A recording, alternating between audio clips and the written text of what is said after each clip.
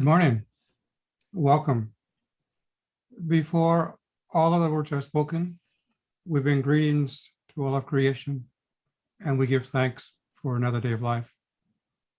And as we continue on this beautiful February day, we thank you for coming. I'm David Newhouse. I'm Onondaga from the Six Nations of the Grand River. I'm a professor in the Chani-Wenjack School for Indigenous Studies and the director of the school. Thank you for joining us this morning for the 2022 Indigenous Insights Elders Gathering Pre-Conference. This year, our theme focuses upon aging with grace, and is graciously and with great support supported by the Provost Lecture Series for Reconciliation. This year's conference is a result of the emerging partnership between the Chani-Wenjack School of Indigenous Studies and the Trent Center for Aging and Society. My name is Elizabeth Russell, and I'm a faculty member in the Department of Psychology, and I'm also the director of the Trent Center for Aging and Society, and I'm very pleased to be your co-host this morning. Okay, thank you, Elizabeth. It's good that we're working together. And we're pleased that we're hosting this event, that we're co-hosting this event for our students, for our alumni, and for all members of our communities. This has been a challenging year. It's been a challenging 2 years. And we hope that this is an opportunity for us to connect with each other and to support each other. And we're using this virtual space as a way of doing that. We're hoping that next year that we'll be able to be back face to face, and that we'll be able to see each other in person at that time as well. Today, we've invited a number of speakers and panel members to share their experience and perspectives on aging. It is, I think, an important aspect of our lives, and some of us are, I think, a bit older than others. And I have to admit that this year I turned 68, and I have to admit I don't think of myself as 68. I think of myself still as 25, and so that's my mental image of myself as well. So it's interesting to see, right? Everyone asks me, what does it feel like to be 68? And I have no idea how to answer. But we're going to have some people today who are going to talk about how to age gracefully and how they are aging gracefully. And hopefully they'll be able to help all of us as we move through this stage of our life. TGAS is honored to be a partner in today's events to bring additional perspectives to this topic. This past year, of course, has been a time of reconciliation. Important discussions about progress has been conducted personally and academically at Trent and everywhere. Throughout today's conference, we encourage you, our attendees, to utilize the chat feature in Zoom to share your thoughts as the conference proceeds, and to use the Q&A feature to pose questions to our speakers throughout the event. This morning, we hope to continue to understand the impact of the past on the present, while building meaningful dialogue of the challenges related to the entrenched ideas about aging, older age, and older people. Before we begin, it's my pleasure to introduce Liz Osamic. Liz is an assistant professor in the Chani-Wenjack School. She teaches Nishnawin and is focused upon Indigenous resurgence. She is a water walker, an environmental and Indigenous activist, a jingle dress dancer, a devoted parent and grandparent, and she is going to lead us through the opening prayer. David. Now, Trebo Machkong, I have sage lit here, so I'm just going to smudge myself, and then we can begin in a good way. So, miigwech.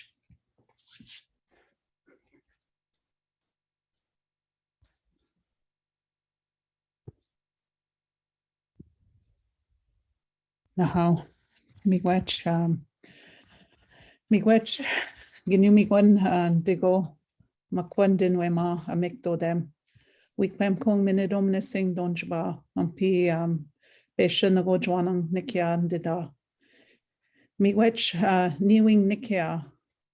Miigwech oda nikia kinegego eja miigweg. Miigwech oda nikia wabanong. Oda sige megaze enag duendang oda nikia. Miigwech dinage kinegego eja miigwet en sigijgak. Minage oda nikia jawanong. Miigwechge oda sige wawashkesh enag duendang oda nikia. Miigwechge indina kinegego eja miigwet mija minagunan.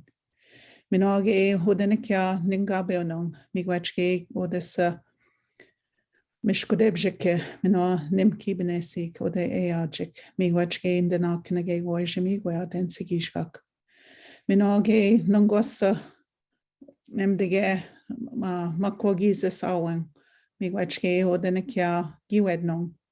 Miigwechge indina odessa wapshkimakwa. Ejibi dotge nojmuen mina mishpoizuen. Miigwech oda dinin miigwech. Aha gijgong. Miigwechge oda nikia kinegego eja miigwen ensigijgak. Minage mishomis gizis. Ejibi doing ge kinegego. We ampi we ain. Minage nokmes tbikizis miigwechge indina kinegego eja miigwetge ensa ngugizis ge besagiet. Minage miigwechwa shkakmakwe.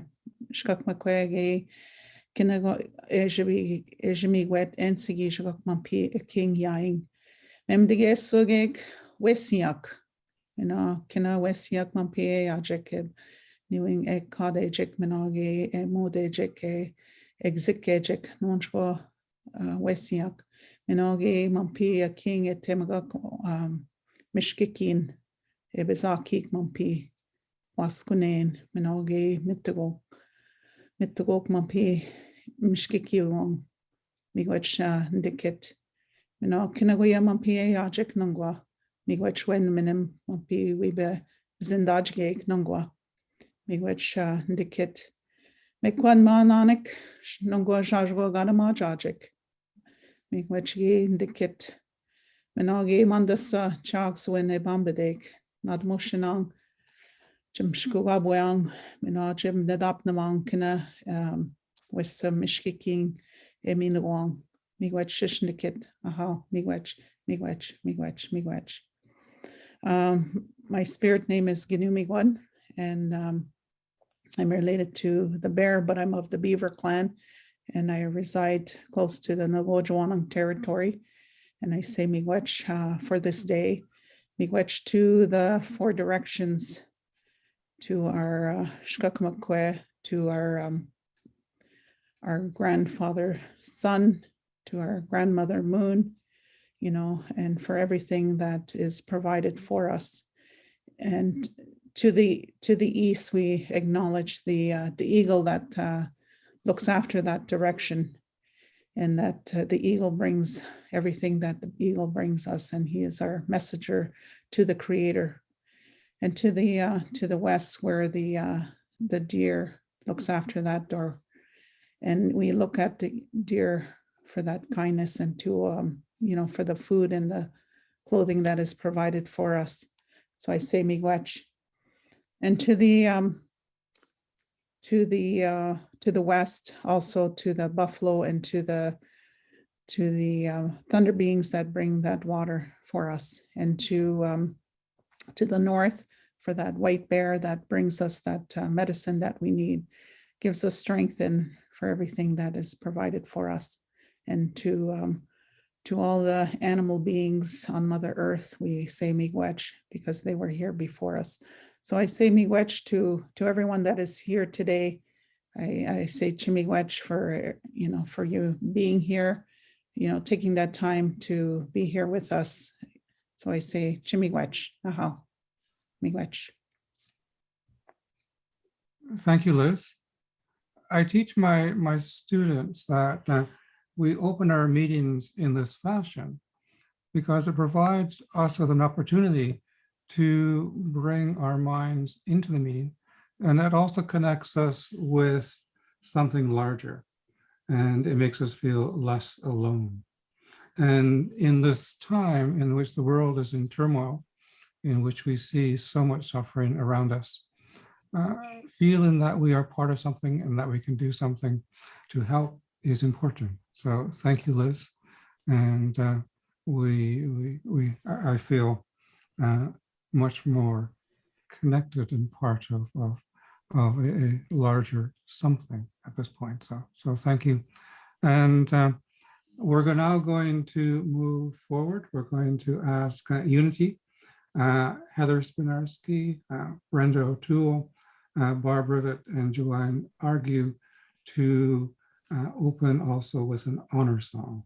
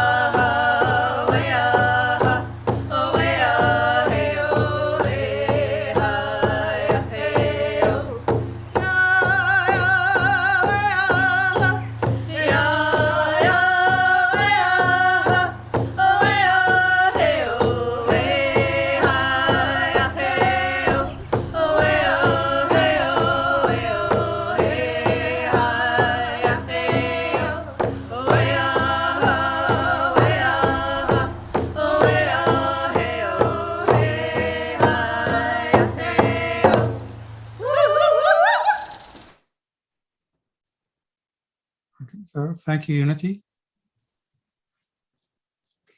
Thank you so much for that beautiful song. It's so nice, even though it's great to enjoy winter now, to see the lilacs and hear the birds and look forward to spring that's coming. Thank you for sharing that with us. It is now my pleasure to invite the Provost of Trent University, Dr. Michael Kahn, to share a few words.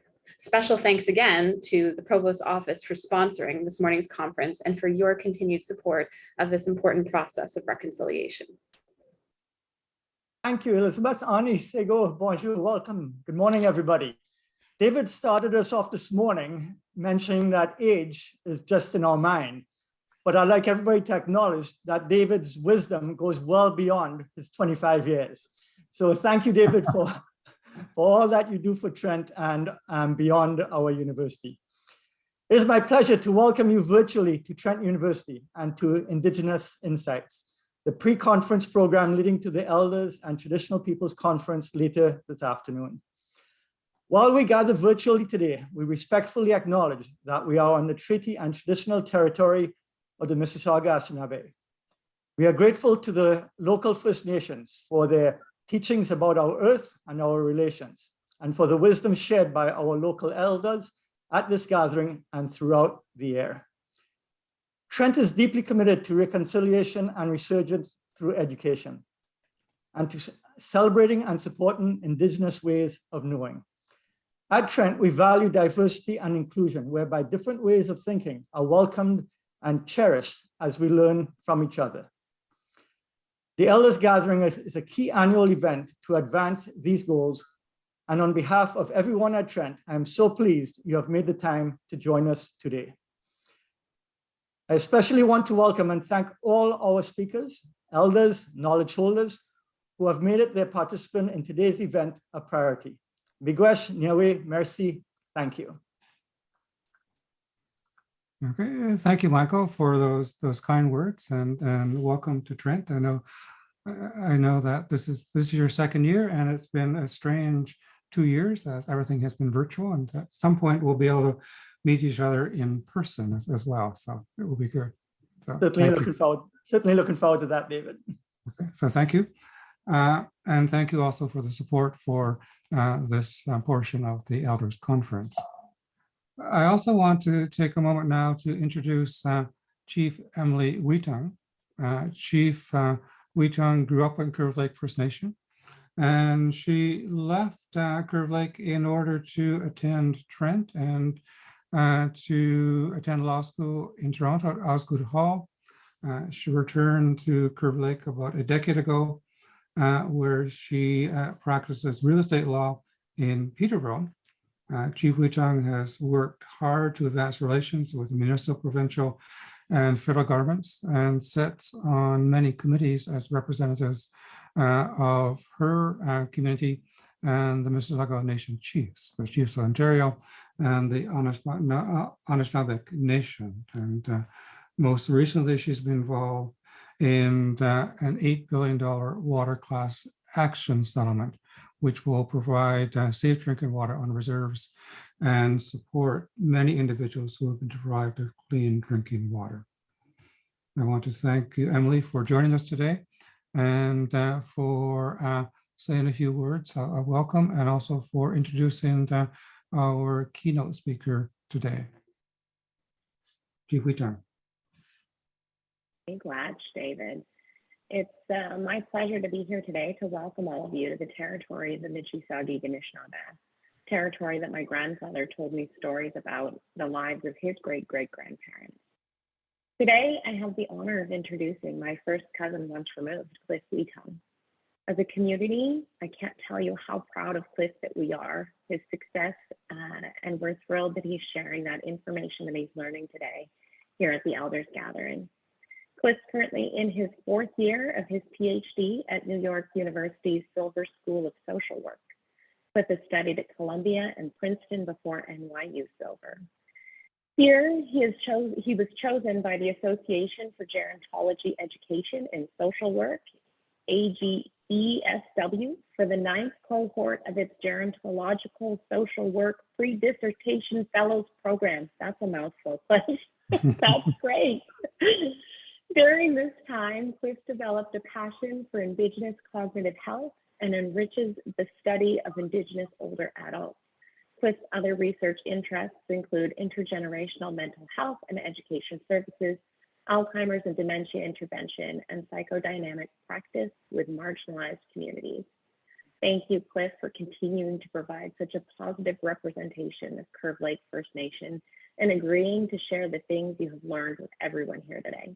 We look forward to hearing more about your important research addressing Indigenous aging. And now I'll turn it over to you. Thank you, Chief. I so appreciate that warm and generous introduction. You know, I think I can speak for many in our generation that we find your leadership both inspiring and we think of it as a lodestar for our own service to community as well. So thank you so much. And I promise there is no nepotism involved just because we're related. So I'm going to go ahead and share my screen. The panelists could just give me a thumbs up if you can see it okay. All right, wonderful. Just going to make sure I'm doing the right things here. We'll have a moment of Zoom navigation, as is tradition with all of these sorts of online conferences. Still thumbs up? Everything look good? Okay, great. Well, thank you all so much for joining us here today. I feel so honored to be the keynote speaker for the 46th Annual Elders and Traditional Peoples Gathering. And I'm so excited to speak to you about my research today and some ideas that I hope you can all take forward into this conference as we think about the concept of aging with grace. And I'll talk to you a little bit about what I think that means as well. And today, what I'll be talking about is what we know about Alzheimer's and dementias in Indigenous communities. And I'm going to talk about this a bit, both in the context of older adults living and elders living both on and off reservations. And I thought I would open with two contrasting pictures here. On the right is a photo of my grandparents, Clifford and Eleanor Weetung, walking down their driveway. And on the left is a representation of something called the Dementia Village, which is an innovative model of intervention and support for older adults who develop these cognitive diseases. And this is a common, increasingly common model in places like Denmark and the Netherlands. And the idea here is to think about ways that you can build an inclusive community around those who have changing capacities in memory. So I'll talk a bit about both of these things as we go through today. I also just want to take a moment to offer, my heartfelt thanks to the Trent Center for Aging Society and to the Channy Wenjack School for Indigenous Studies for sponsoring this event and for welcoming me here today. The support of these organizations for emerging scholars and for the promotion and dissemination of knowledge about Indigenous elders and their health, I think, really works to advance us towards justice over time. And so I want to offer my heartfelt thanks to these schools as well. I thought I would start this presentation. I apologize, there's going to be some overlap here in these first few slides for those who heard me talk earlier in the year.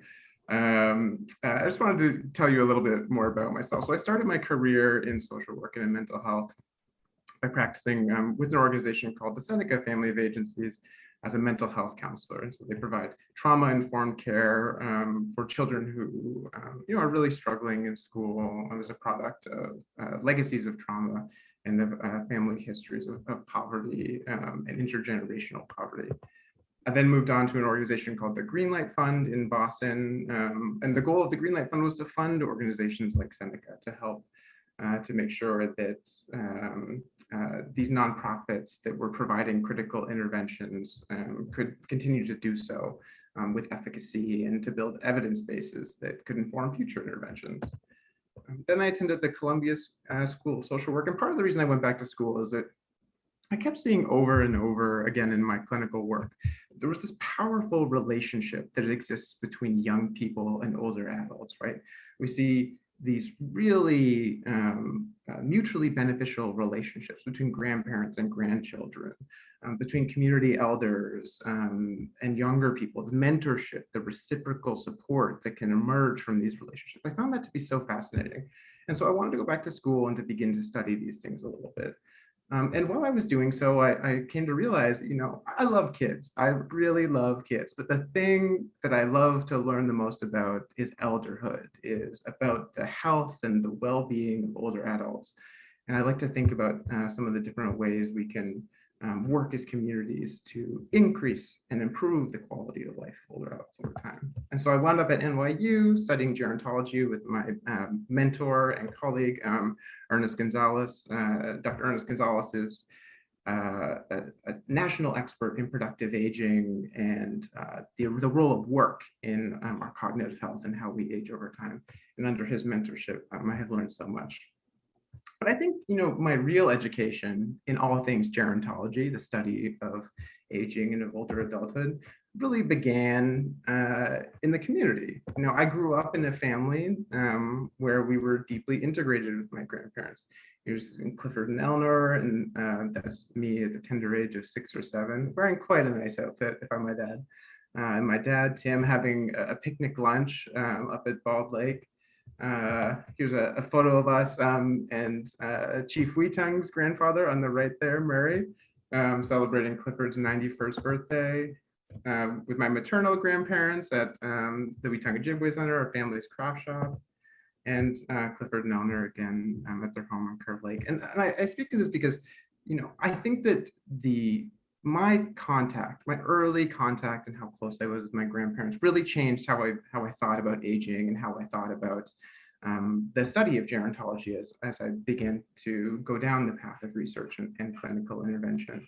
And I think you'll find this theme recurring throughout the study, which is of generativity, which is of how do we give back to our communities? How do we give back to future generations? And how does that change us as we participate in that reciprocal giving process. I want to start off just by giving us a few stats. We're going to start with some numbers and then we're going to get to some stories. So the most recent Canadian census data suggests that the population of Indigenous peoples in Canada is growing quite rapidly. And this is the product of a few different things. One, we think that birth rates have increased. Two, that mortality rates have decreased, particularly in early and midlife. Indigenous peoples for the first time are starting to close the life expectancy gap with the general population. So we are now surviving for longer than at any other time in history. And also the socioeconomic gap between Natives and the rest of Canada has begun to slightly narrow. Differences in education, in wealth are starting to become smaller than they have in the past. And this contributes to improved health across the lifespan and a greater degree of longevity. In addition, there have been changes to the conferral of status, which has also helped to grow the population of Indigenous older adults. There are 634 inhabited reservations across the country, but not all Indigenous older adults live on reserve. There are about 800,000 status Natives in Canada today, and only about 2/3 of those live off. 2/3 of those live off reservation today, represented by these green boxes. This leaves about 1/3, which is just over 320,000 living on reserves. And then if we're thinking particularly about our elders and about older adulthood, and depending on how we define that cutoff, whether it be at 45, at age 50, at age 65, between 6 and 10% of this population can be defined as older adults. So in Ontario, this amounts to about 50,000 status First Nation older adults. And this population as a whole, as you might expect as the Indigenous population grows, is also growing rapidly. In fact, it's the fastest growing demographic of Indigenous peoples in Canada today. And so we expect the number of Indigenous older adults in Canada to grow between 2 and 4 times, depending on how we sort of structure those growth estimates. But concurrent with this, we also expect there to be some growth in the number of Indigenous older adults who are living with dementias, who are living with Alzheimer's diseases. These conditions of aging associated with aging are going to grow concurrently with the growth of this population. Now, as it will come as no surprise to the attendees here today that Indigenous peoples in Canada have lagged behind the general population in multiple domains of mental, physical, and economic well-being in Canadian history. But these are the product of systemic inequities. They've been reinforced by forced cultural assimilation programs like residential schools and religious schools. And these have worked to dismantle Indigenous religions, languages, and cultural practices and replace them with European equivalents. Indigenous older adults in Canada continue to report on disparities in socioeconomic status across the lifespan. They have lower levels of educational attainment than whites, report lower levels of education quality. They are also more likely to live in or near poverty. As of 2019, about 23% of Indigenous households lived in or below the poverty line. One study has reported that up to 39% of Indigenous older adults in particular live near the poverty line, and less than 15% of all Indigenous older adults earn 500% or more above the poverty line. So what this means is that there are large numbers of Indigenous older adults who are living in quite tenuous financial situations. And this is something we see across the general population. Older adults in general are more likely to live at or near poverty, but this condition is particularly acute among Indigenous peoples. We also see, one more point. We also see that there is a growing evidence that Indigenous older adults experience very high levels of perceived discrimination. So the idea that people are discriminating based on race, based on age, based on gender, this seems to be unusually high among Indigenous older adults, and I'll come back to that a bit later. When we consider measures of health, Indigenous older adults report high rates of many chronic health conditions. So relative to the general population, Indigenous older adults have higher rates of diabetes, obesity, physical inactivity, cardiovascular diseases, and smoking. alcohol abuse when alcohol use is present. As many of you may know, Indigenous communities typically have both high rates of alcohol abuse, but also very high rates of alcohol abstinence. So there's this interesting dichotomy that emerges when thinking about the public health effects of alcohol use in Native communities. And also unusually high rates of depression. This is an emerging area of scholarship in recent years. And so I think what we can think about is that after 3 centuries of cultural and physical marginalization, these persistent inequities that we see in health and wealth have likely contributed to the differences we observe in mortality. So relative to whites in Canada, Indigenous peoples have higher rates of all-cause mortality, of infant mortality, and lower life expectancy. Although those phenomena are trending down, those gaps still exist. And these patterns of health and socioeconomic disparity between Indigenous older adults and the general population appear to be mediated, but to some degree, by place of residence. So relative to those living off reservation, Indigenous older adults living on reservations appear to have slightly less wealth, use preventative healthcare services less often, and have higher levels of frailty and multiple chronic health conditions. So it does seem like there is an urban reservation effect that might be happening, but I think the thing that scholars will begin to disentangle in the years to come is also the urban, rural, and on reservation differences that we see in these populations. And Kristen Jacqueline and Jennifer Walker have really been leaders in disentangling the role of place in health and wellness in Indigenous older adults, and their research will guide us in the years to come. I also wanted to take some time to let's just try to understand what dementias are. What are Alzheimer's disease and dementias? Why is he talking so much about all these other health conditions, about socioeconomic conditions, about wealth, about education? I thought the way to talk about this would be to tell a story, you know? I'd like to turn to a woman who helped to shape me into the person I am today, and whose experience with dementia I think was really formative in sparking my interest in studying the condition. So this is my grandmother on the right, Eleanor Wheatong. She's sitting here on her porch in Curve Lake with my cousin Serena. And some of you may know one or both of these wonderful women. Each of them may have talked you into buying something at the Wheatong craft shop. But today I'm just gonna focus on Granny. And given that this conference, you know, is in many ways exploring the concept and the theme of generativity, of giving back to one's community and across generations, I thought I might also attempt to give back to you all by telling you 2 different stories that attempt to explain Eleanor's dementia. The first might start like this. Years ago, one or several ancestors of Eleanor became increasingly confused as they grew into the later years of their lives. They were most likely on her father's side of the family tree, and they may have even passed down the APOE4 allele to her. This is a gene that we know is associated with increased risk of aging-related diseases and of Alzheimer's disease. As Eleanor approached the later stages of her life, she began to have trouble remembering little things at first, and then eventually she began to have trouble remembering where she was and who she was with. The physiology of Eleanor's brain at this time was changing. There may have been a buildup of 2 particular proteins occurring in her brain, beta amyloid and tau. These might have clumped together around her neurons and interfered with her brain's ability to send signals. She may also have experienced reduced blood flow to her brain or diminished neural density. Neurons are the connector between different parts of our brain. They allow our brain to communicate with itself.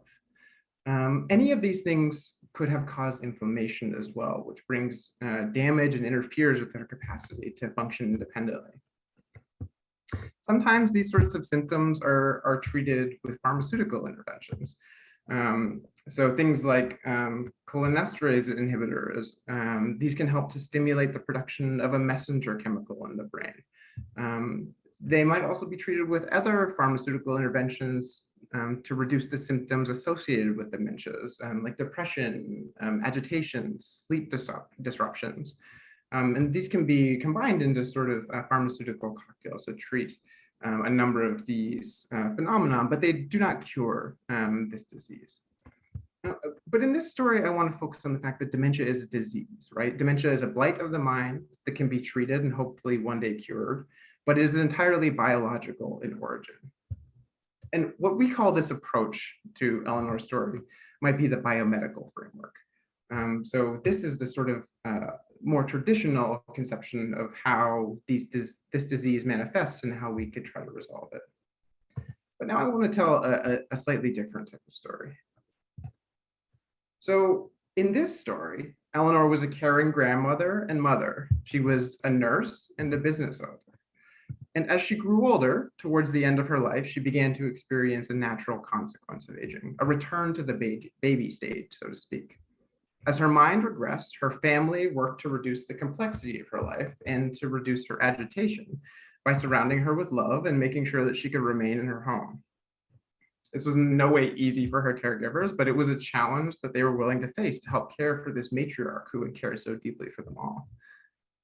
There was a lot of fear among her caregivers about this condition, and no one quite seemed to know what to do. Sometimes they referred to her as going a bit crazy among themselves.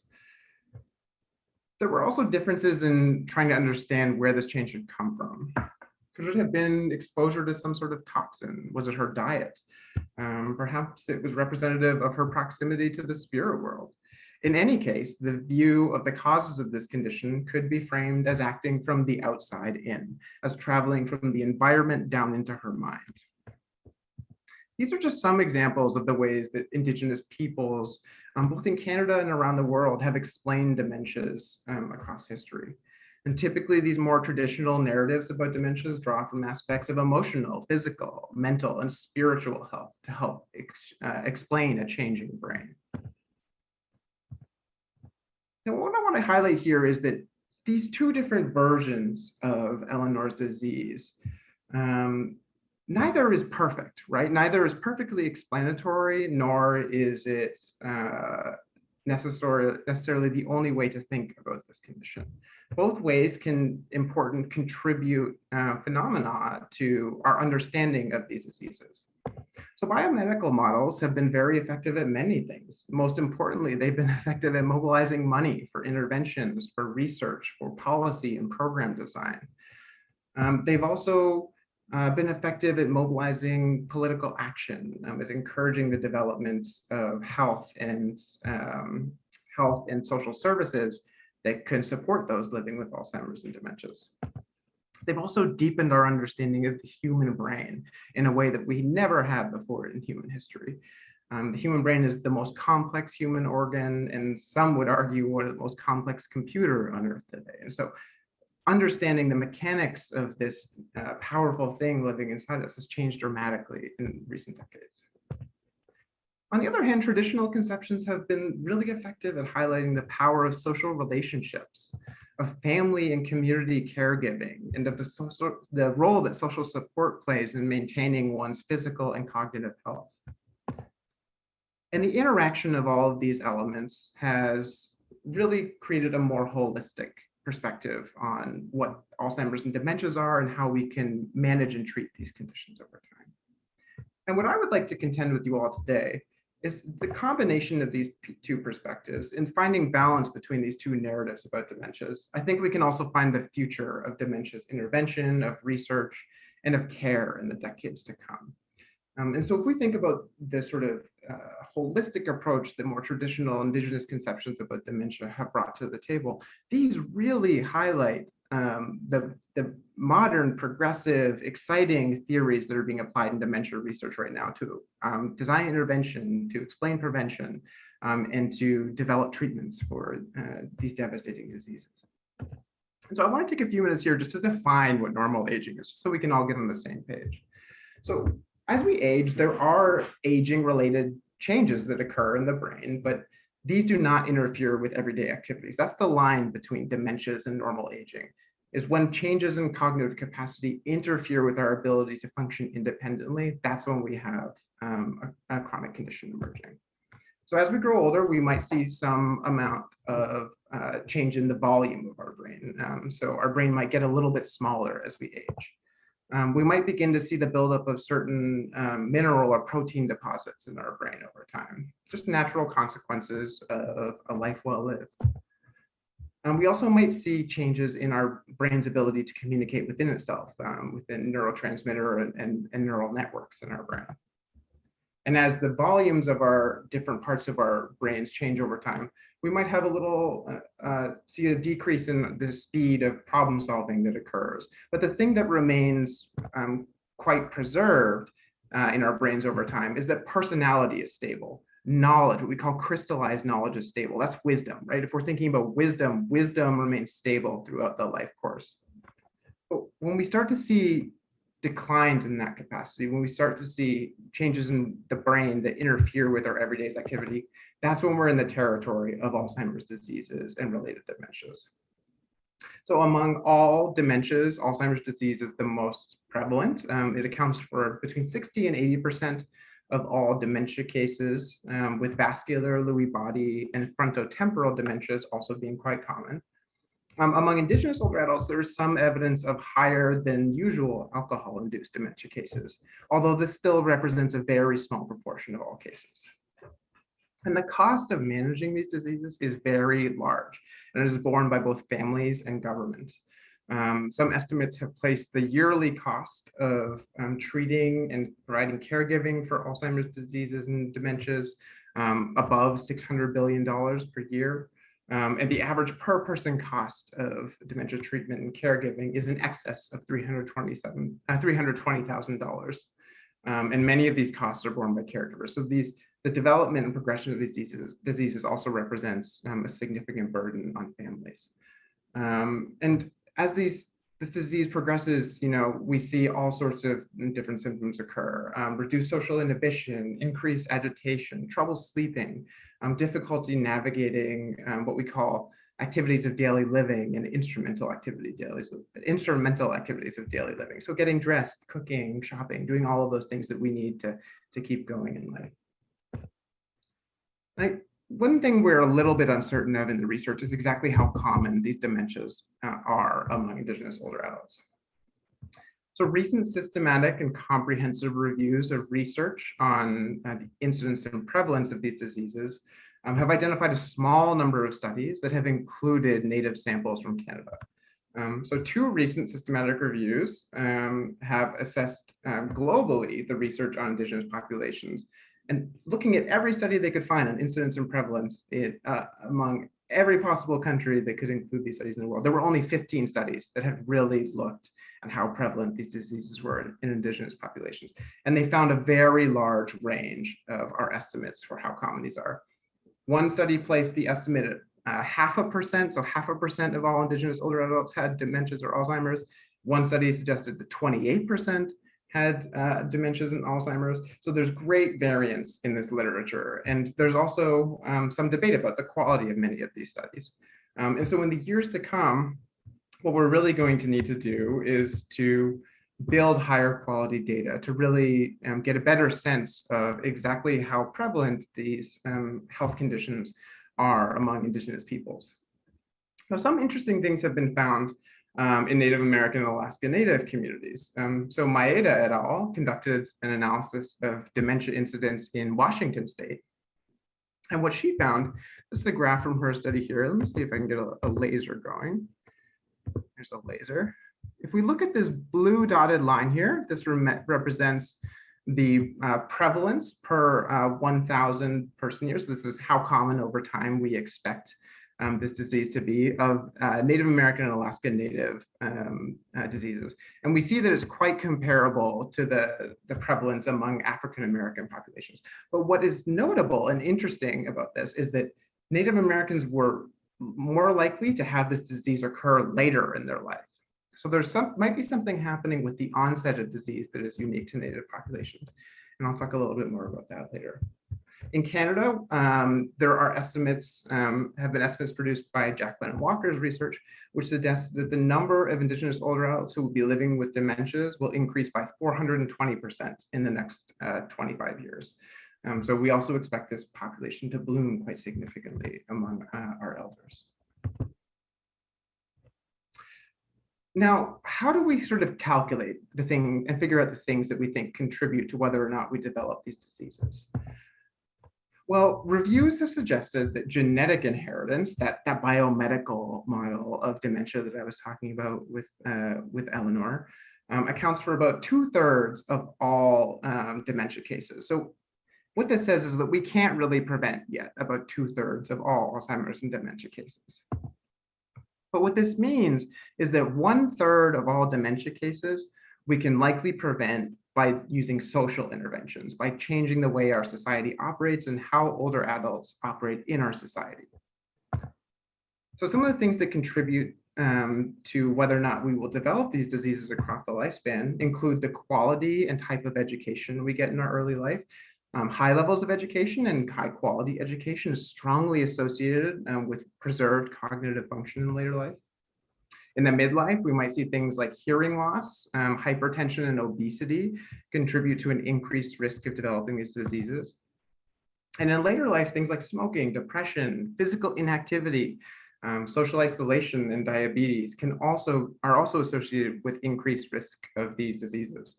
But some of the things we also hypothesize as being associated with increased risk of these diseases, we just don't know quite enough about yet. So does it matter if you live in a city or in a rural environment or on reservation or off reservation? Does the type of work you do matter? It seems like having a complex midlife work career is associated with reduced odds of developing these diseases. So something that's stimulating you across your lifespan, that might be quite important. What about intergenerational relationships? Does it matter that you have connections with children and younger people in your community over time? Some studies suggest yes. Some studies are a little bit more critical of that idea, but I think this is really going to be the future of intervention and research in years to come. What about ageism and racism? What are these different sort of biases that we might have against older adults, and particularly against Indigenous older adults? How do these contribute to our understanding of the risk of dementia? And do they modify whether or not we will have these diseases over time? Well, I think there's one sort of theme that unifies all these things, right? These are all things that we think might be associated with Alzheimer's disease and dementias. But what is the mechanism that increases our risk of developing these diseases, right? How do all of these things that operate outside of us get under our skin and modify the likelihood of us developing these diseases?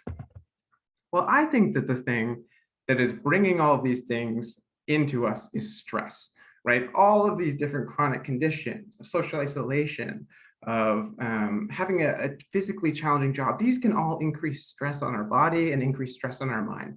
And so in my research, I argue that stress is the mechanism by which we see increased risk of dementias and Alzheimer's developing. So I want to tell you a little bit about my research now.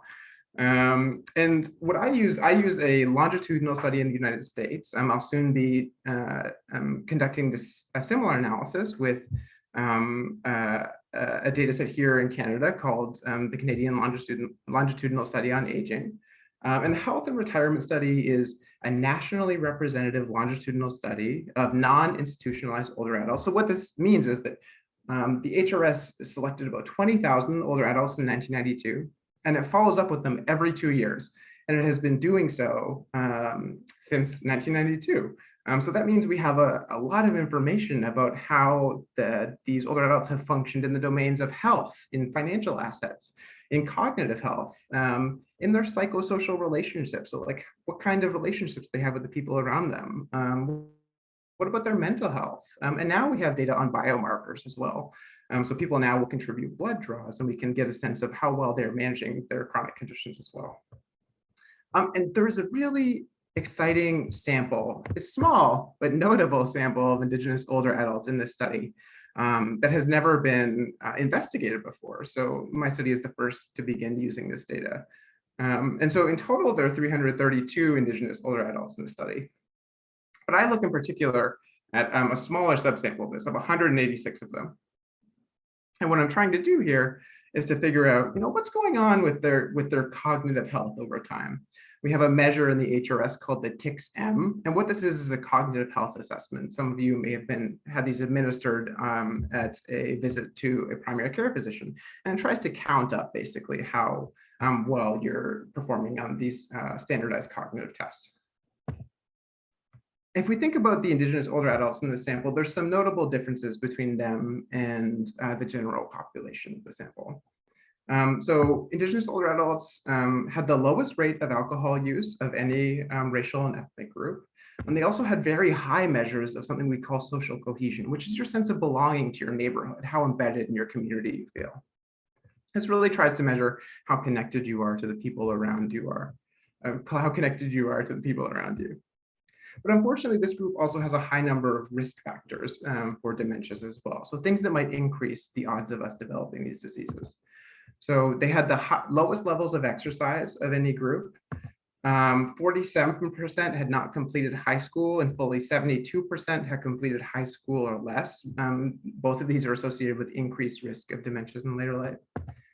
They had an average total wealth of about $100,000. This includes the value of your home, of all your assets, everything. And this is about $400,000 less than the average wealth of whites and the lowest of any racial and ethnic group in the sample. They also had a high prevalence of obesity relative to whites and a number of comorbid chronic health conditions, including diabetes. Indigenous older adults scored the highest of any group on a measure of depression and had the highest frequency of everyday discrimination experiences of every group. And so in this study, everyday discrimination experiences are defined by things like, how often do people treat you as though you're not very smart? Do you have trouble accessing healthcare? These sort of little indiscretions that can build up over time and increase stress. These might be the product of racism, of ageism, of sexism, of any number of sort of isms that we could possibly conceive. And Indigenous older adults report these at the highest rate of any group. And so one way to think of these stressors is that they are the million tiny cuts that help to bleed us over time. This is the buildup of stress that I was talking about earlier.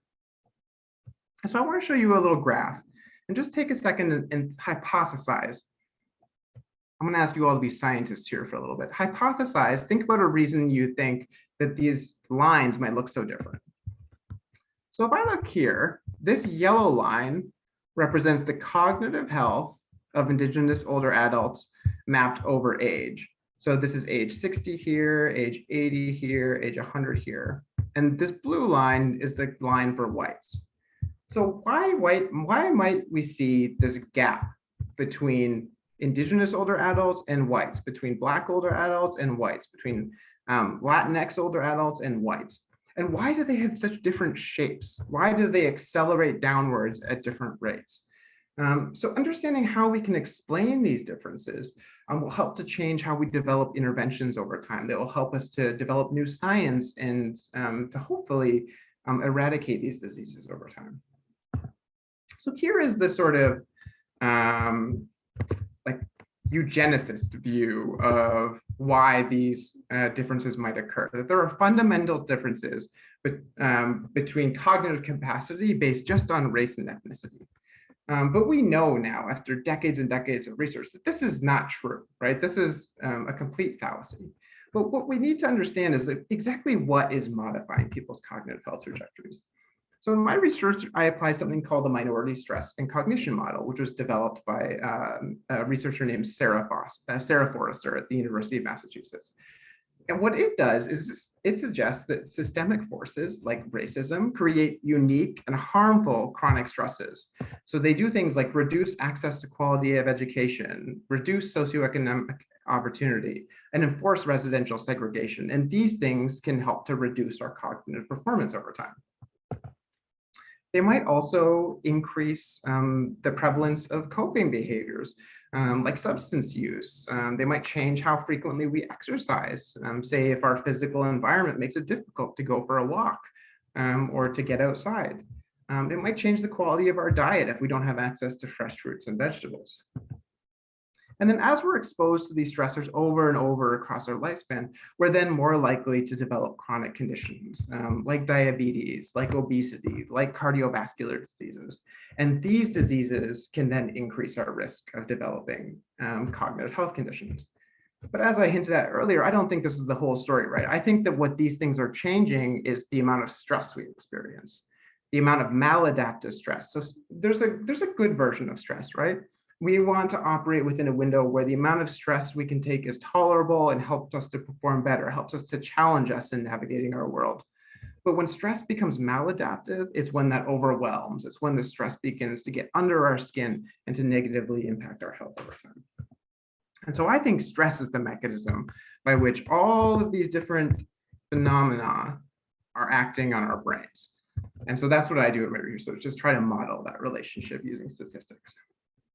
And I also want to take a moment here to focus on one component of this, which is a residential segregation.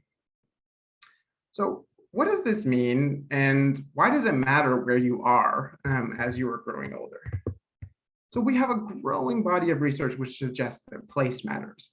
And so I want to take a moment here to discuss the role of this in our lives. Mindy Thompson Fuller is a social psychologist, and she researches the relationship between physical space and well-being. And this is a quote from her seminal paper on this topic. The disorientation and confusion that accompany a massive altercation in a familiar place are experienced as bodily sensations as well as emotional feelings. People feel numb or limp or dazed. They might fall down, and physical pain is not uncommon. The bodily sensations are a clue to the extent to which geographic orientation is embedded in the whole body.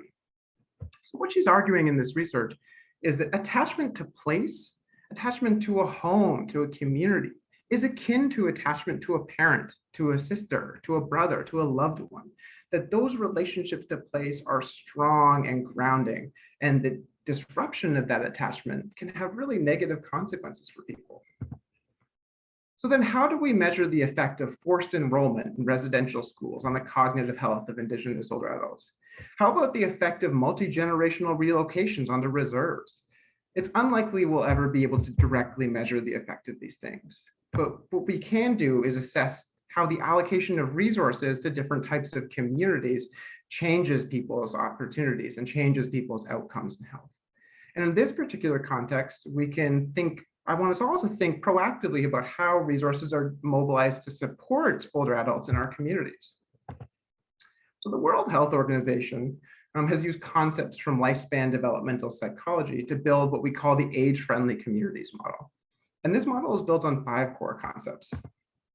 First, continuity, which asks how easily can older adults maintain established patterns of behavior and social circumstances? Is it easy to keep doing the same things you like doing in your life as you grow older? Compensation, are there adequate services available that help to meet the social and physical needs of older adults as they age? You know, we might experience changes in functional ability over time as we develop arthritis or as we sustain an injury. And if we're not able to navigate our environment based on the services available to us, that can have severe consequences for our longevity and our health. What about connection?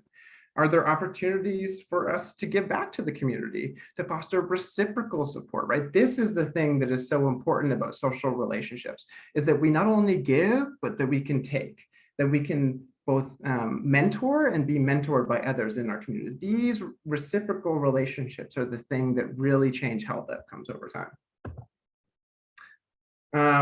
I guess I bled over into contribution there. I always get excited about connection and contribution and blend the two of them together. And what about challenge? Is it possible for me to get exercise in my neighborhood? Can I walk somewhere? Can I get out into the woods safely? Can I challenge myself intellectually? Are there programs available for me to engage in continued education, to volunteer, to do these stimulating, protective, and productive activities as I grow older? Communities that build safe and affordable public transportation systems, accessible and affordable healthcare, and present opportunities for older adults to challenge themselves and to give back to future generations. They find themselves with older populations that are happier, that are healthier, and that remain independent for longer. And when we compare the health of older natives living on reserve to those living off reserve, we're also implicitly comparing the availability of resources for these two groups. Research consistently finds that the availability of community resources today is driven by history, by politics, and indeed by racism. So considering all of this, you might be asking yourself, okay, well, what can I actually take away from this? And I thought about 2 different ways to end this presentation.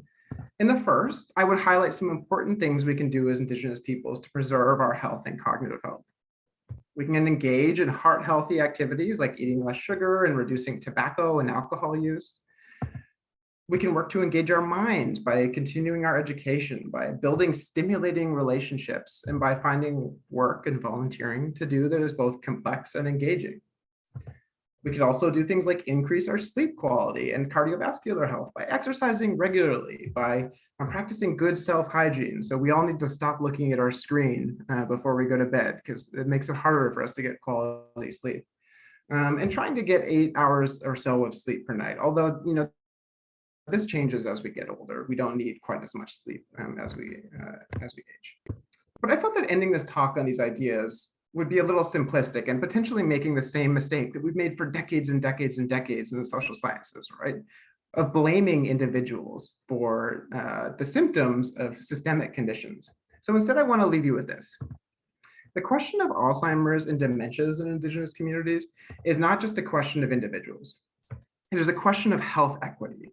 This is the idea that improving the health of Indigenous peoples is an ethical imperative for our society, and that by doing so, we move closer to achieving a truly just society. It's also a question of environment, where our elders live, the connections they have to that place, and those way those places are designed to them likely significantly impacts their cognitive health over time and their health in multiple domains over time. So thinking about how we're designing space and how we're designing our communities is deeply important. And finally, this is a question of generativity. Together, by engaging in this kind of work, we are hoping to improve, maybe hoping to improve our own chances of aging gracefully. But more importantly, I think that many of us are here today because we're hoping to give to our children, to our grandchildren, and to our great-grandchildren access to the ability to age with autonomy, with joy, and with minds that are intact. So this contribution to future generations is something that I think should drive us and should also help to build the political will to support these kinds of interventions and this kind of research. So I just want to thank you all for listening. I'm not sure if I went too fast or too slow, but I would now welcome any questions that you all might have. And I want to thank you all so much for your time. Wow, thank you so much, Cliff, for your clear, insightful, and engaging talk. Take a breath. And that was just wonderful. It was so great to see you last fall and to hear what you've been up to even since then. It's just amazing progress in such a short period of time. Your presentation has both shown a comprehensive overview of knowledge on this really important topic in a, like I said, a clear, engaging, and just really insightful manner. But you've also done a great job in showing a gap in the research that we know you are devoting your life and your career to fulfilling. And I just want to say, at the Center for Aging, and I'm sure elsewhere at Trent, we're just so very proud of you and look forward to seeing what comes next. We would like to now open it to questions. So there's been lots of questions posed already in the chat and the Q&A, and David and myself are going to manage those questions for you, Cliff, so you can just sit back and relax. Yeah. And we've got people helping us too, so it's just a great behind the scenes effort. The first question I'm going to pose to you it's from the Q&A, the very top of the Q&A from Catherine Miracle, and I'll read this out and you might be able to see that there as well, Cliff. Oh, sure, yeah.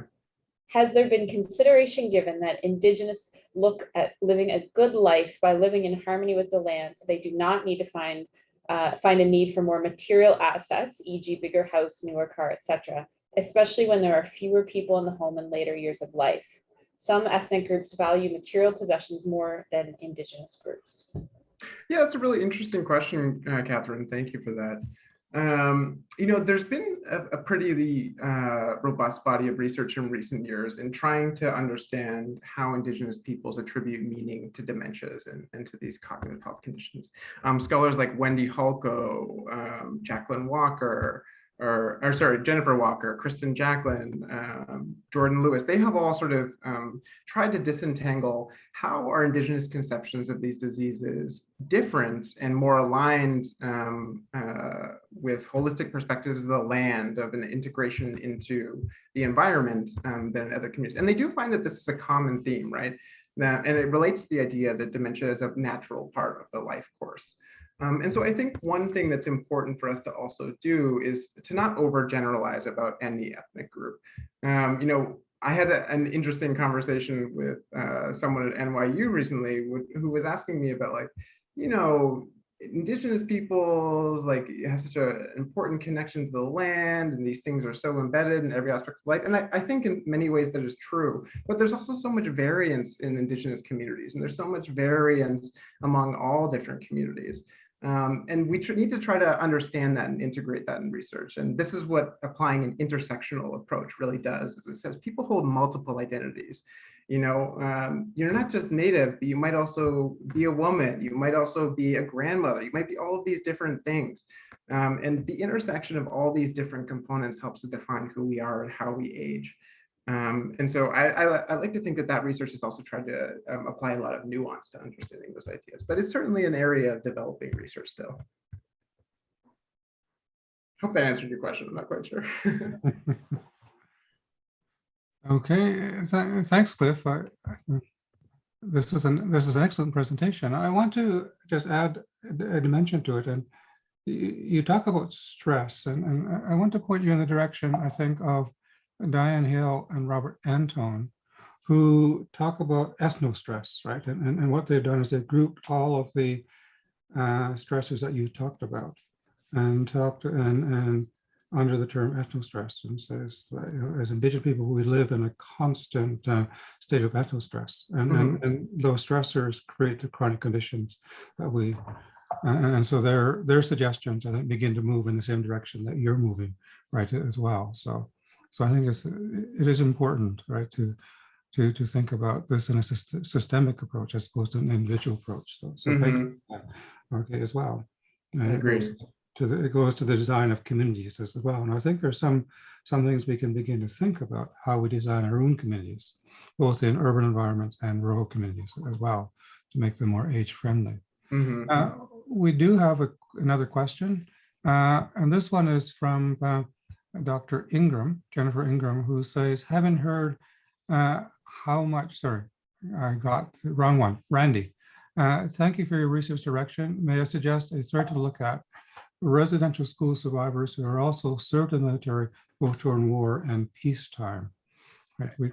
Super fascinating question, Randy. So there's a really interesting scholarship around dementias and veterans that has been developing, particularly in the US. And there actually has been a little bit of research done by the VA, the Veterans Administration in the United States, that looks at that particular intersection about how veterans who have served in combat and are Indigenous, how their cognitive and cardiovascular health have changed over time.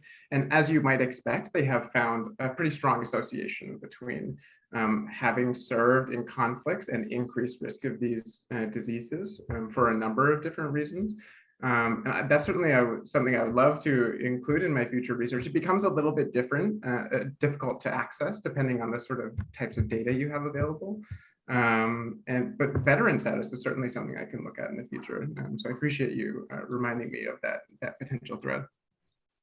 Okay. Great. The next question is from Dr. Jennifer Ingram, a great supporter in our local community. Thank you for joining us.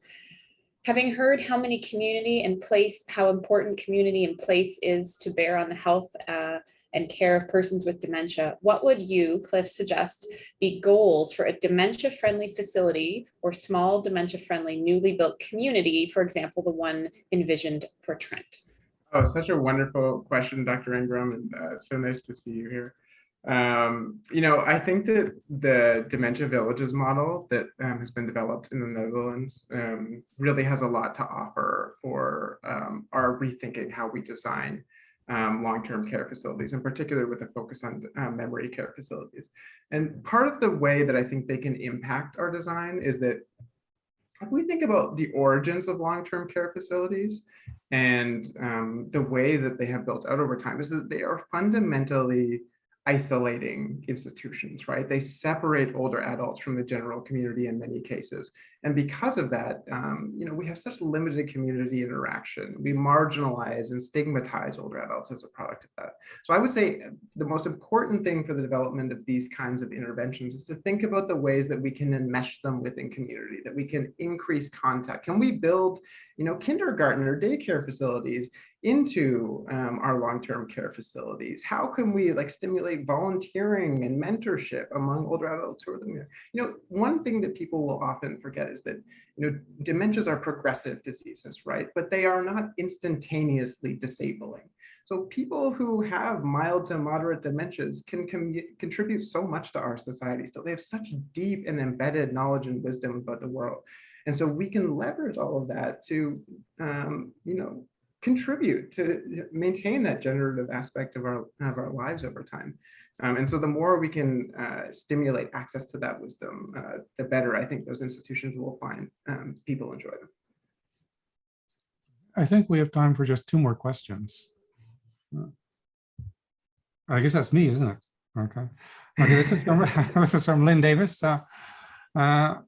And she asked the question, are you working on the question of the valued role of elders in Indigenous communities compared with a dismissive agent in wider society?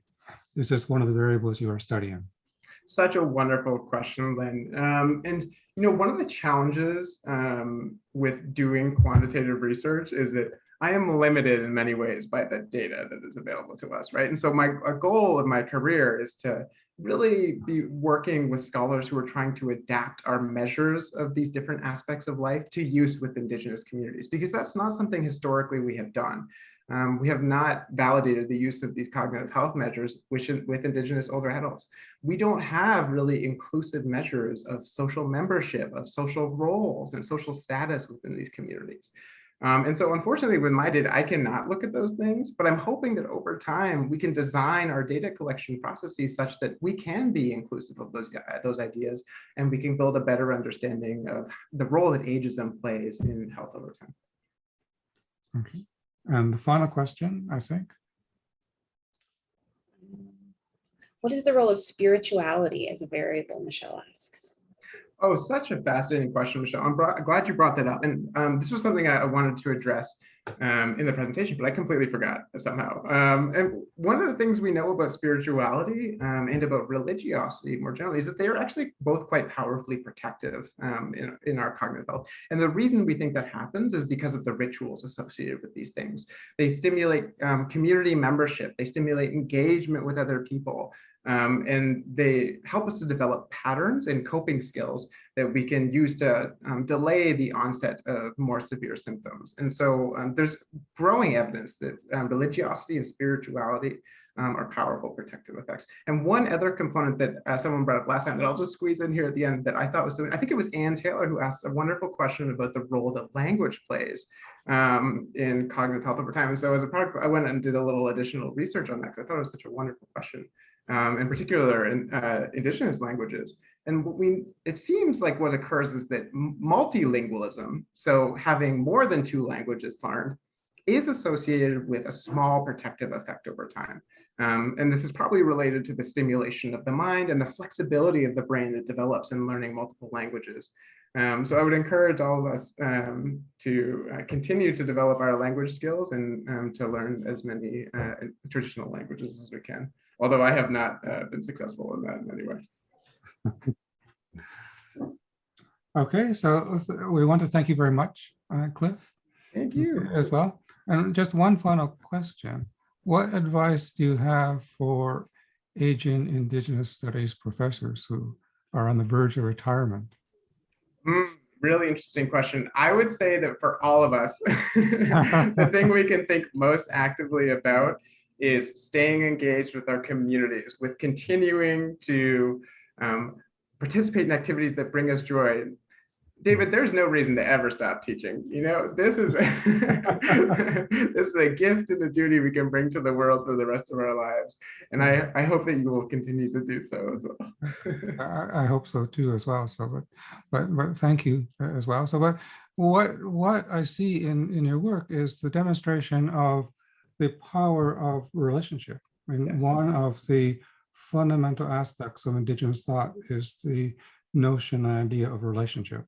That we are a relationship, we're embedded in a relationship, and the quality of those relationships work and provide us with good health and well-being. At least that's what I see. And so thank you very much for. I completely agree. I mean, our relationships define our world, and they define how we can navigate health and caregiving over time. So I think the more we can think about cultivating relationships that are important to us, the more satisfaction we'll feel in our lives, and the healthier we'll feel over time. And I would also I'm happy to share my email and chat. If people have additional questions, I'm happy to answer anyone's questions or to chat anytime.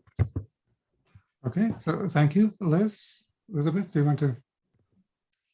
Yes, that's great. I think at this point we have a 10-minute bio break. And so in the meantime, we're going to see a slideshow and hear some music. So we look forward to greeting you back in about 10 minutes. And we'll come back at 10:30.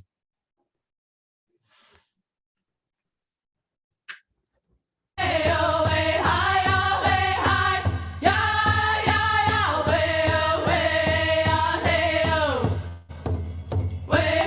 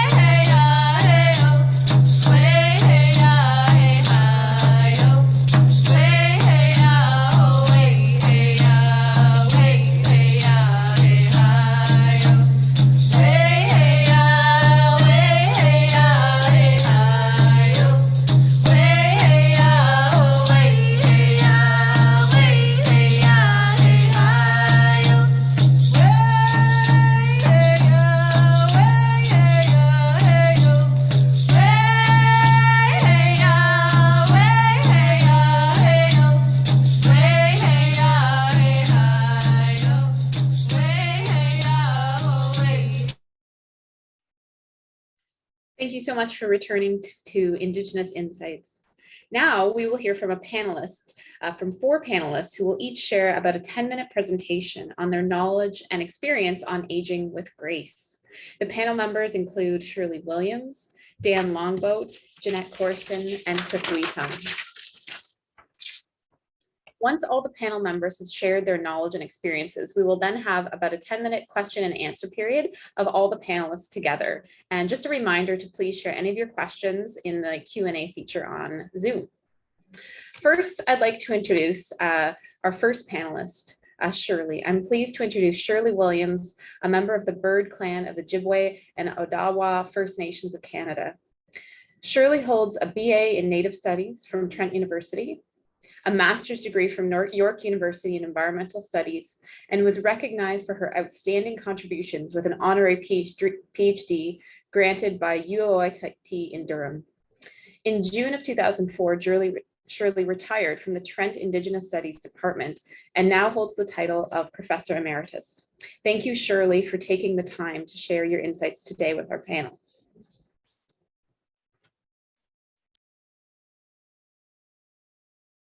Good to go?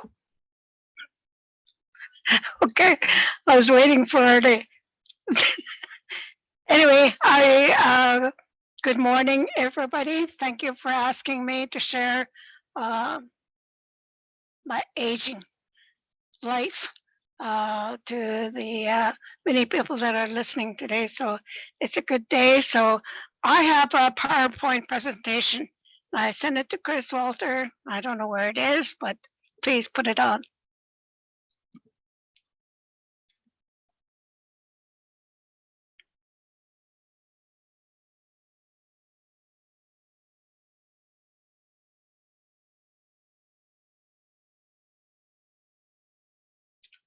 Okay, I know that I've did a lot of PowerPoint, so I may have to cut some things out so in order to conform to the minutes that I have. So next one. Next slide. Okay, my topic is about aging gracefully. So, and sometimes it's not so aging gracefully because we become stressed with a lot of things that come into play. So aging is a process of becoming older. Not becoming old, but you become a little older. We have earned the work and service to the Creator. We have a mission in life that was to give to us when we were born. We have received it to serve and be served in life. We work for respect, and we also work to become wise at this time of our age. Next one. The famous wheeling, the medicine wheel. I know we have 4 different winds, and we have when we are born, we are given birth, the childhood, and we just finished doing baby welcoming ceremony, and in Anishinaabe aunties call it the pass around ceremony, where all the aunties and grandmas get together and they hold the baby and welcome it. The next stage is the teens, and that's becoming independent. We experience many different things. And adults is when we become parents and that. And of course, then we got the elder. We're going to become an elder grandparents that we are. Next slide.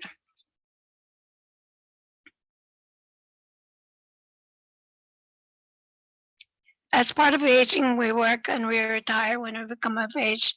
There is a small grieving process that takes place also, knowing that we will not be useful and just wandering. Some people look forward to retiring and some people are not. And some people still continue to work like I am. Next one. As long as we can, we work as long as we can. We continue to work and make ourselves as useful as possible. When you are useful, it becomes a meaningful life for us. We have a choice to do what we want to do at this time of age. If we don't feel like working, we don't have to work. So but we jump at a chance when we are asked to do something because that's part of our culture. Enjoying life and not to be miserable. I know I don't want to be known as crabby old lady. I want to be known as a good, gentle person. Aging is still a beautiful hill to climb, and it is kind of difficult to climb this last hill. We encounter many obstacles to climb at this age, which I have experienced also. Next one. We always think that we're as young as we used to be. This part of aging. Our bodies might be getting old, but we still think young. It is our bodies that will tell us and that will show us also. Especially when you get up in the morning, we hear all the bones creak and that. We start to feel aches and pains also. No matter the pain, we find ways to kill the pain and continue on in life. Next one. Part of aging is what in the Shabbat known as the rites of passages. We learn to become independent again. We have learned to be independent, but we have to unlearn that to be when we can't do things, we have to depend on people, which is a very difficult thing to do. To ask somebody for help when we need help, because we're not used to that. We talk about ourselves that are young ones, like, well, if they do something, well, when I was your age, this happened, or we used to do this when we were young. Part of this life is humor of life also. It's part of life, and that's how you get rid of stress. That's how we go and continue to live. We like to play and have humor and make people laugh, and we laugh about ourselves especially. And some of the things I'm going to talk about are through pictures. Next one. You know, we hear people saying, first one, this one here. We hear oftentimes people say that it was only last year that I left high school. We think, well, we just finished our education. I know I came to Trent University at middle age, and I still think back when I look at the university, it's like bringing me back to when I first started. Next one. The only way this person could get him to mow the lawn is to entice him. So you could see the picture over there. And I know women always nag at their husbands to do something, and they always say, later, I won't be. And so she found something that he likes, so she enticed him to do the work. Next one. After a while, one doesn't care who pisses off anybody. As I've grown older, I've learned that pleasing everyone is impossible, but pissing everyone off is a piece of cake. Next one. Noises also affects us as we age. Our minds, we can't tolerate as the noise as we used to. So I've lost my mind, and I'm pretty sure the kids took it. You know, when there's lots of nieces and nephews that come to see you, and they make lots of noise, like we did too. Next one. And hearing also affects us in aging. In this picture here, she says, I think you need a hearing test. And he answers back, why the heck do I need a hairy chest? So we hear different things, not only what you say. Next one. Some things are more urgent. People said love is the best feeling, but I think finding a toilet when you're having a diarrhea is much, much better. Next one. Sometimes this is what happens when one sneaks around, especially when our body organs cannot hold like we used to. You know, our body organs, they work hard to make us to live. So they stretch and they go. And so in this case, it's that awkward moment when you think you do a silent fart and it comes out like a machine gun. especially if you're walking in a Walmart store or grocery shop. Next one. Many obstacles we have, which Mr. Wheaton, Cliff Wheaton talked about, where there are many physical changes to endure. We have also many mental changes. We have emotional changes also, and spiritual challenges also. Next one. Elders and families have to deal with a lot of things. They have to deal with hospitals and treatments. We have to deal with nursing homes when it is decided that we have to put our people into a nursing home. I know we had to do that too. I went home to quit my job in Toronto just to go home to look after my parents. And then my father, he had an amputated leg, and so we couldn't look after him because he would get up thinking that he had the other leg and that he could walk. So he needed 24-hour care. So we had to admit.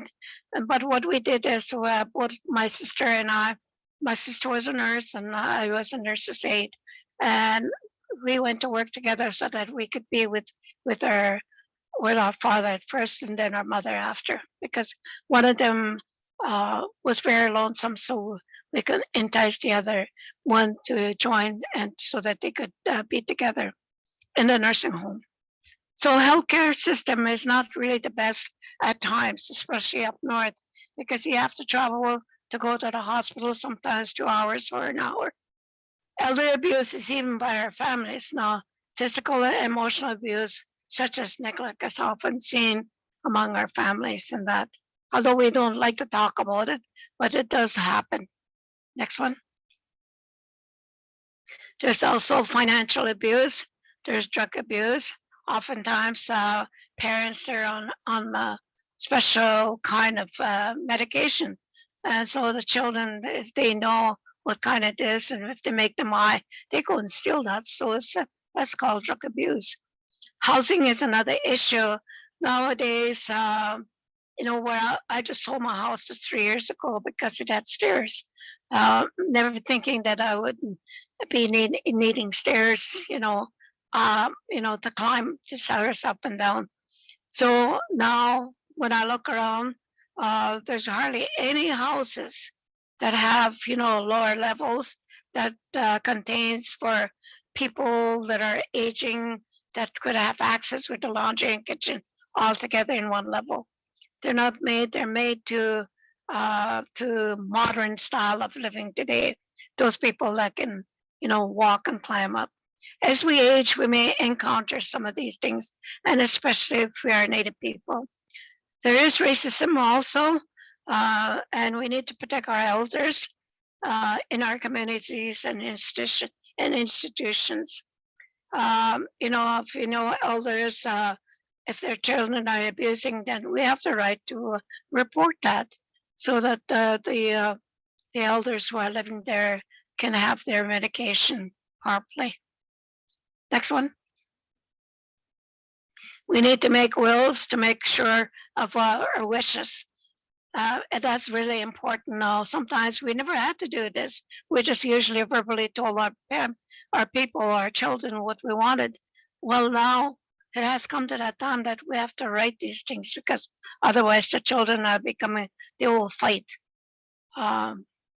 And now we have to deal with COVID problems, especially today. There's isolation problems, the lack of transportation. There are no bathrooms. Not many are open. And what happens, we usually have urine infections, especially when you're getting old.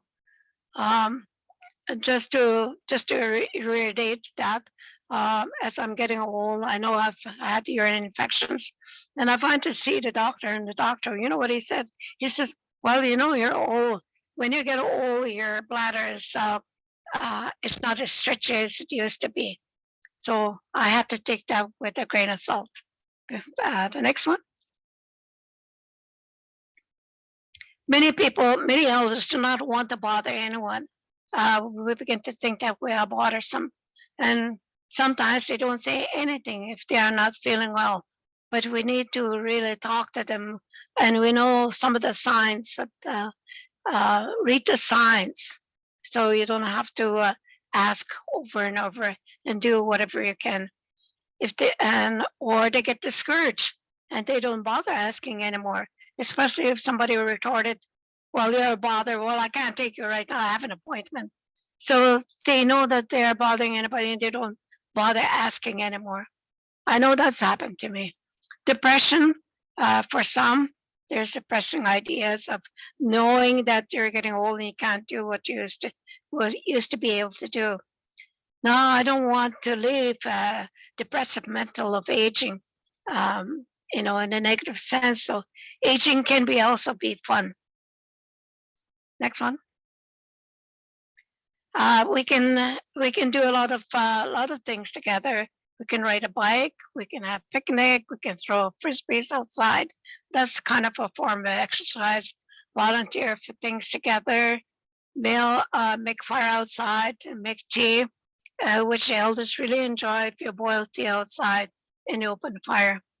Browse to a farmer's market just to look and just to get around and also to walk. Browse through flea markets as an activity. Because I'm afraid to fall myself, I go to the grocery store and I use my walker to walk around just to get my exercise in that. So it's fun. You can watch people also, and you can also watch what is on sale or not. Next one. Life is about feeling a meaningful life, to be contented. Life is too short to be angry.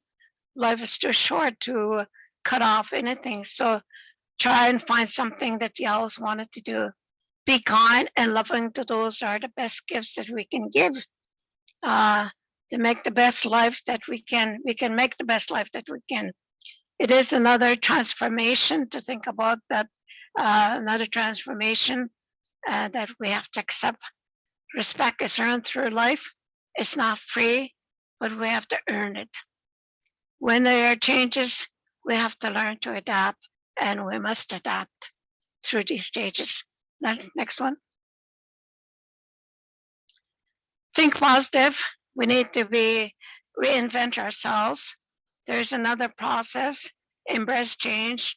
Find a purpose in life. It's not so difficult. You find something else to do. We need to change. Gratitude for all we have and experience, and never to give up.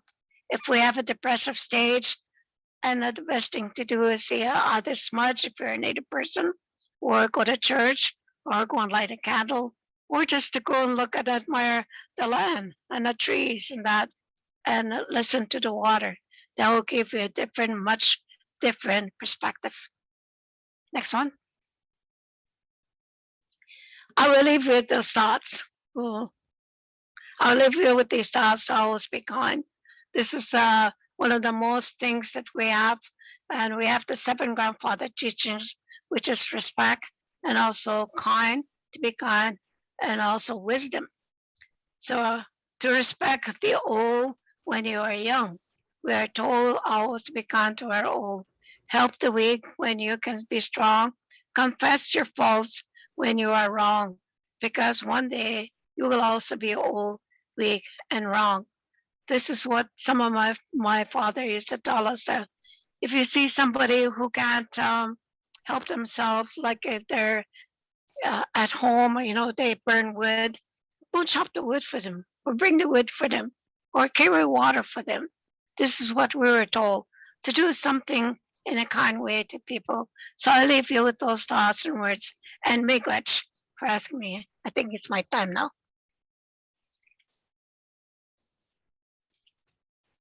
Shirley, thank you. You are clearly the master of balancing the heavy with the light, the mundane with the profound, and everyone in the chat loves you. Thank you for sharing your openness. Thank you for being so open and sharing your thoughts and experiences. I would now like to introduce Dan Longboat. Dan is Turtle Clan of the Mohawk Nation and citizen of the Haudenosaunee, originally from Ohsweken Six Nations, the community on the Grand River. Dan holds a BA from Trent University and in Native Studies, and a MES and PhD in Environmental Studies from York. Today, Dan is an associate professor in the Channing Wenjack School for Indigenous Studies and acting director of the newly formed Indigenous Studies Indigenous Environmental Institute. Thank you, Dan, for making time to share your insights today. Well, good morning, and Emily, thank you so much. So, sego guego, guegue, roya gewen ni young gets can young hagen yak yak dodon, or ganyak to honora, ni will get the road on Tano, swagger, new with Katanyu. So, as Elizabeth mentioned, my name is Dan Longboat. My Mohawk name is Roya Gawin. I'm a Turtle Clan from Grand River Territory, and I'm so happy to be here with you today. And thank you to the organizers for inviting me. And at the same time, thank you so much for being a part of the 46th, annual conference, traditional conference and the Elders Conference that we started, way back in, I think 1975 was our first year. And then we kind of really formalized it in 1976. So been a long while I was a student, and it just seems like yesterday that I was sitting in those places. So Cliff, I really want to thank you so much for your presentation this morning. And I had the great privilege and the honor of knowing your grandparents and your mom and dad. And I can tell you that your family is so proud of you, like we all are. So you made a great accomplishment. So thank you for your presentation this morning. Our Auntie Shirley, remind me, I will know now, and I'll be more aware that if I see you in Walmart or the grocery store, to kind of maybe go down the next aisle. So thank you, Shirley, for always sharing out of your heart, and thank you for your perspective on this discussion point today about aging gracefully. I had to look up some of the words, and I think it's important that we understand the nature of the words that we use when we speak. And when we talk about, aging gracefully, we understand what aging is, the process of becoming older, but gracefully is really displaying grace. And I love the way that sounds.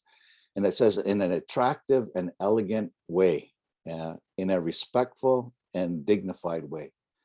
So there's a two parts to that. One is our expression as we get older, and then the other one is the expression that is imbued or that is shared upon us. So it's a reflective process in terms of that it is reciprocal in what we do and what we give back. And when we look back and understand aging, and understand within our traditions as the Haudenosaunee within our traditional teachings, they talk about it, aging as a gift. And when we understand, our creation teaching, and we understand the role of the human being, we're told that human beings, when we're sent here, we're sent in I really, love that picture that we have in the background of our display here today for the conference. And we see the Milky Way. And when we, in our traditions that we're talked about that, we're told that that's the faces of our ancestors. All in that Milky Way is the faces of our ancestors, all the people that have been here before and all the people that are yet to come. So when we look up at them and we see them, that's a natural part of our progression and state, and understanding that we came from that Milky Way. We came from the sky world. We came from Garonyage, the place of the creator, other side of the sky. We came here, went inside the earth, came up through the soles of our mother's feet as a spirit being, assumed a physical body, through our mother, born into the world. But when we come here, we are given a certain duty, a certain responsibility to fulfill. And we are given also, gifts to be able to enable us to do that. And, the great privilege of being, human is to discover what our gifts are and to apply them to be of service. And as Shirley mentioned, earlier, it's really around understanding, and living this life of service to each other, life of service to all of creation, and life of service to the Creator. We have a really unique way of understanding that in terms of the fulfillment of that and understanding this process of time. So when they talk to us, they tell us that, we have been given, each one of us, we have been given by our Creator when we're sent here, also a stick in our hand. And that stick has different notches on it all the way down. And as I have mentioned before, sometimes it's just a slight notch, a half a breath of a baby. Sometimes we're fortunate that it is many, many notches all the way down to represent an old man or an old woman. And it's my wish that, we all, have the ability to become old men and old women, that we have many notches on our stick. And so the idea behind it is that we don't know how long that we're here for. And so the idea that to be, full of gratitude, to show our appreciation and to show our respect for all of the things that work to sustain life, that as the human beings, that's our job, that's our role. And as we age through that process, in terms of aging gracefully, that becomes rudimentary to our connection to each other, to our sense of place, to our sense of engagement with the spiritual world. And so all of those things, they come together to really help provide a unique opportunity for us, and I love the way the Anishinaabe peoples talk about that when they say, Mino Bomadzwin, the beautiful way of being, of having a good life. We would say, Adohetsario in our language as Mohawks, and we would say that that's a beautiful spirit or a beautiful life. And to have the opportunity to live a beautiful life necessitates that we understand, that there's a recipe to living well. And so that recipe to living well is embedded within our language, within our culture, within the knowledge system that we have, our traditional knowledge system, and it's also within the culture and the cultural practices. And those start right from birth all the way through, and that we take care of ourselves, and we, have in our minds that hopefully, we will all live to be 100.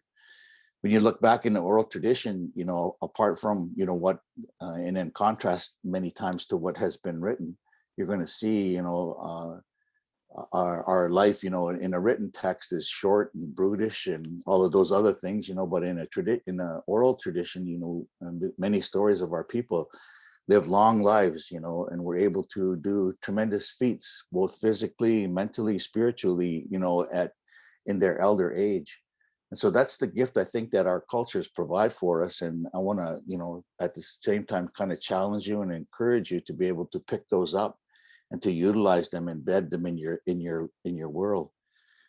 So when we understand the importance of language, knowledge, and traditional practices, we need to look at some of the things that are within our language. So they talk about the necessity of of a strong mind. Sometimes, we interpret that to make it like a hard head, but it's really a hard mind, and that understanding of that, it doesn't mean necessarily that you're stubborn. It means then that you make your mind strong, that you have a strong mind. And so it's important then that we understand what we put into our mind, what we put into our body, and how those things work, what we do to imbue our spirits, and the necessity of spiritual engagement. And so the beautiful part behind our understanding of that, when we say old people, and people say, oh, that's an old man or an old woman.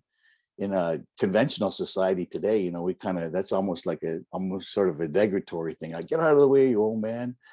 And but at the same time, for us, we refer to that as rodik stoha. So rodik stoha means an old man, and an old woman would be yaguk stoha. That's how it's translated. But really, what the word means is the ro is he, or yago is her. The root word is sto, which is a contraction from a larger word meaning gasa stansara, or power, or strength, or life. And what it means then, when you put that word together, rodik stoha, it actually means he has the power. Yaguk stoha, she has the power. And what that means is not the physical power anymore, the physical strength anymore. It means the power of knowledge, the power of life, the power of spirit. And I think that's the opportunity that we have to really begin to engage. There was a study that was done, and I don't really know the things, but I don't know the source of it, but I remember people telling us that as Ongwe, as the Indigenous peoples, that we have a genetic advantage for preclusion to dementia and Alzheimer. I thought that was really interesting in understanding that word preclusion. It's talking about to make impossible or prevent. And when we think of that in terms of, the prevention of that, everything that we need to actually work to prevent that is embedded within our traditions, within our language, within our knowledge and life practices. And within that process of community and family engagement that is so critical that Cliff talked about, that we need to begin to, engage and to pick up. family, community, and I guess really that life of service is, you know, is critical in understanding the necessity of engaging at a higher function to have, you know, cognitive engagement. But at the same time, you know, as Cliff mentioned about, and I'll add to that, is that the importance of good nutrition. That means, like, not necessarily for us, you know, Canada's food guide, it means going back to our traditional foods. So when we talk about that nutrition, it's that process of feeding our spirit, feeding our well-being for true genetic expression. The importance of